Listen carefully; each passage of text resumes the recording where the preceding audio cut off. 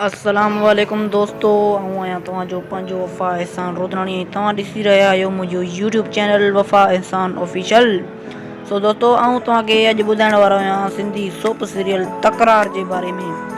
दोस्तों, तकरार हिकु ज़बरदस्त ड्रामो आहे, पर वीडियो शुरू करण खां अॻु में आऊं तव्हांखे हिकिड़ी नंढड़ी गुज़ारिश कंदुसि त जेकॾहिं तव्हां मुंहिंजे यूट्यूब चैनल वफ़ा एहसान ऑफिशियल ते न आहियो त मुंहिंजे चैनल खे सब्सक्राइब करे छॾियो। सो दोस्तों, कयूं था वीडियो खे शुरू।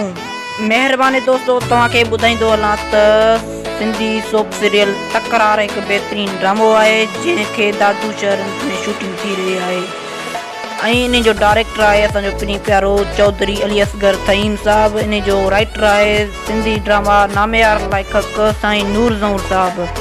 ऐं महिरबानी दोस्तों, तव्हांखे ॿुधाईंदो हलां त इहो ड्रामो सिंध टीवी चैनल ते हली रहियो आहे, बहितरीनु नमूने सां हली रहियो आहे। ऐं इन ड्रामे में केतिरनि ई नाले वारनि अदाकारनि पिणु कमु कयो आहे, जंहिंमें लाला रफ़ीक ज़हूर, चौधरी असगर तहीम, सईद मुनवर अली शाह, खादिम हुसैन तहीम, सत्तार नुआणी, असांजो साईं खलील आरिफ डुंगरो साहिबु, हाजन टीमड़ो, ज़ुल्फ़कार बुर्दी, दिलीप कुमार ओड ऐं ॿियनि केतिरनि नाले वारनि अदाकारनि कयो आहे कमु। मुनीर सियाल ऐं लेडीज़ में वरी शबीरा चना, सनम गुल, वहीदा अबड़ो, शमीम शेख ऐं ॿियनि केतिरनि नाले वारनि अदाकारनि कमु कयो आहे। सो दोस्तों, कयूं था वीडियो खे ख़तमु, वरी मिलूं था हिकु नए वीडियो में। तेसिताईं ख़ुदा हाफ़िज़, किथे न वञिजो, हिते हुजो असांजे चैनल ते। सो दोस्तों, ख़ुदा हाफ़िज़।